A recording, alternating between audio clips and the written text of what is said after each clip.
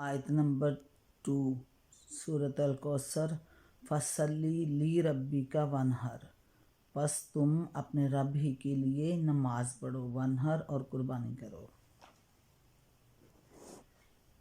Number 2، اس کی مختلف تفسیریں مختلف بزرگوں سے منقول ہیں۔ بعض حضرات نے نماز سے مراد 5 وقت فرض نماز لی ہے، بعض اس سے بقر عید کی نماز مراد لیتے ہیں، اور بعض کہتے ہیں کہ بجائے خود نماز مراد ہے۔ اس طرح ونہر یعنی نہر کرو سے مراد بعض جلیل القدر بزرگوں سے یہ منقول ہے کہ نماز میں بائیں ہاتھ پر دایاں ہاتھ رکھ کر اسے سینے پر باندھنا ہے۔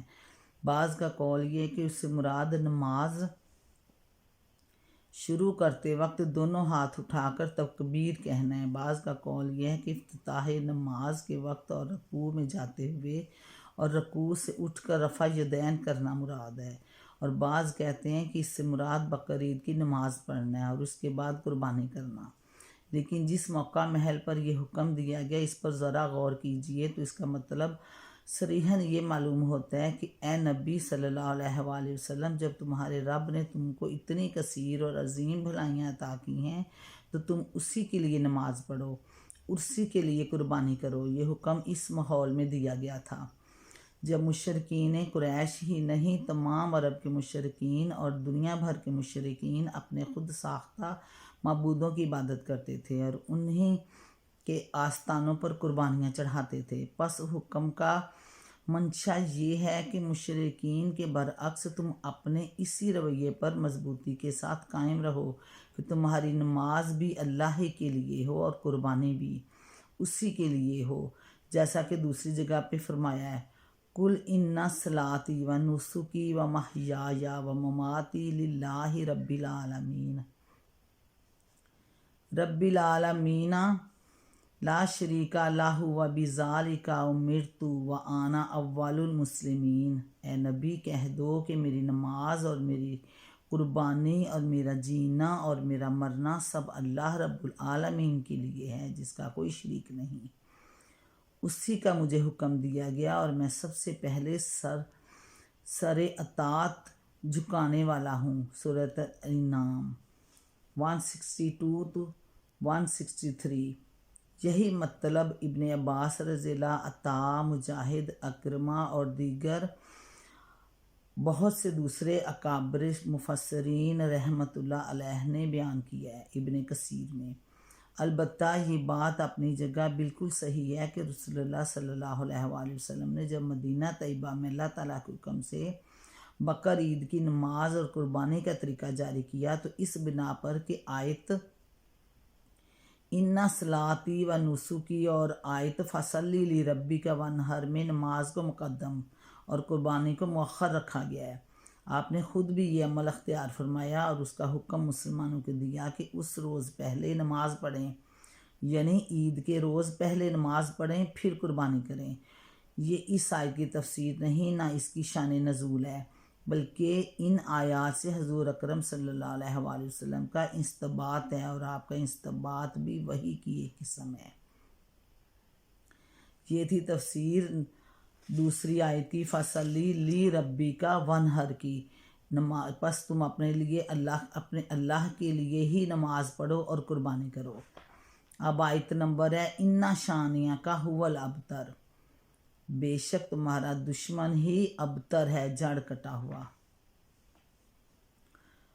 نمبر 3، اصل میں لفظ شانیہ کا استعمال ہوا ہے آیت میں۔ شن سے ہے جس کے معنی ہیں بغض اور ایسی عداوت کے ہیں جس کی بنا پر کوئی شخص کسی دوسرے کے ساتھ بدسلوکی کرنے لگے۔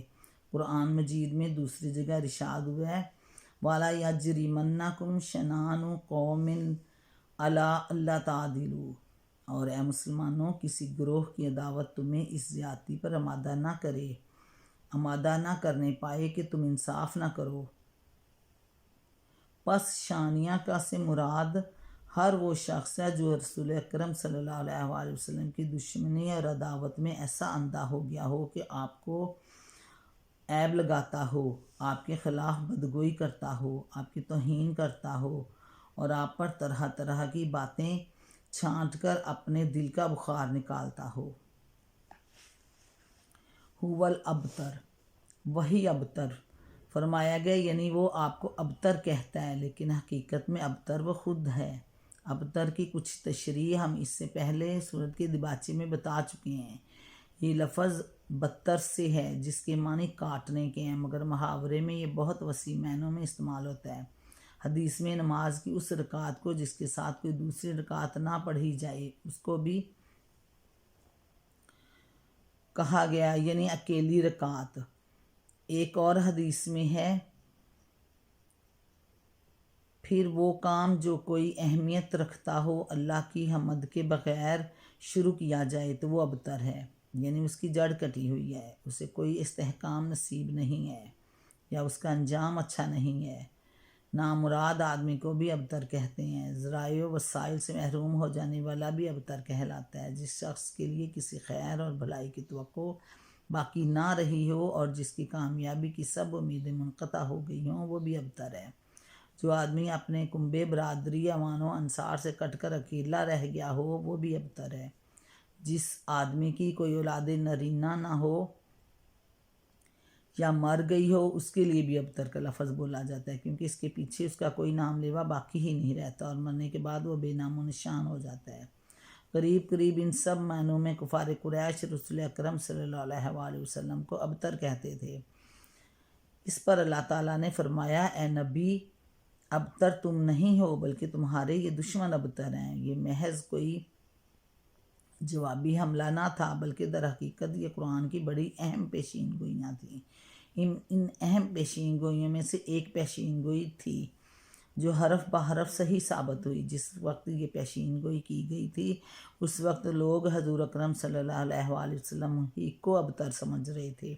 کوئی تصور بھی نہ کر سکتے تھے کہ قریش کے یہ بڑے بڑے سردار کیسے ابتر ہو جائیں گے، جو نہ صرف مکہ میں بلکہ پورے عرب میں نامور تھے، کامیاب تاجر تھے، مال و دولت اور اولاد ہی کی نعمتیں ہی نہیں رکھتے تھے بلکہ سارے ملک میں جگہ جگہ ان کے ایوان و انصار موجود تھے، تجارت کے اجارہ دار تھے اور حج کے منتظم ہونے کی وجہ سے تمام قبائل عرب ان کے وسیع تعلقات تھے۔ لیکن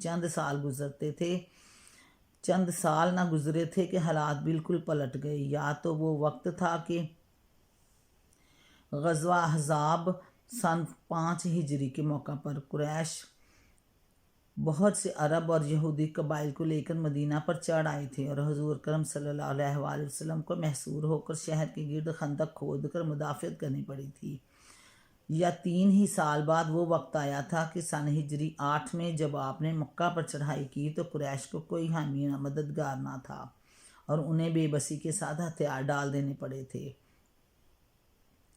اس کے بعد 1 سال کے اندر پورا ملک عرب حضور اکرم صلی اللہ علیہ وآلہ وسلم کے ہاتھ میں تھا۔ ملک کے گوشے گوشے سے قبائل کے وفود آ کر بیعت کر رہے تھے اور آپ کے دشمن بالکل بے بس اور بے یار و مددگار ہو کر رہ گئے تھے۔ پھر وہ ایسے بے نام و نشان ہوئے کہ ان کی اولاد اگر دنیا میں باقی رہی بھی تو ان میں سے آج کوئی یہ نہیں جانتا کہ وہ ابو جہل یا ابو لہب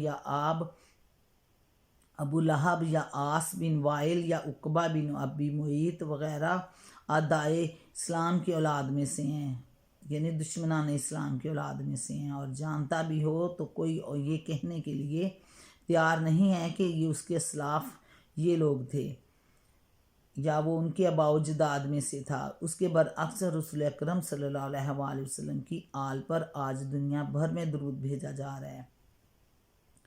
کروڑوں زبانوں، کروڑوں مسلمانوں کو آپ سے نسبت پر فخر ہے۔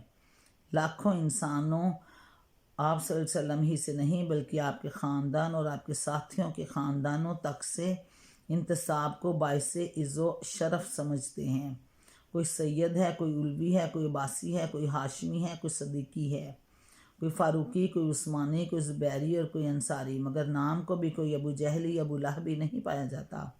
تاریخ نے ثابت کر دیا کہ ابتر حضور اکرم صلی اللہ علیہ وآلہ وسلم نہیں بلکہ آپ کے دشمن ہی تھے اور ہمیشہ رہیں گے۔ اِنَّ شَانِئَکَ هُوَ الْأَبْتَرُ، بے شک آپ کے دشمن ہی بے نام و نشان اور جڑ کٹے ہوئے ہیں۔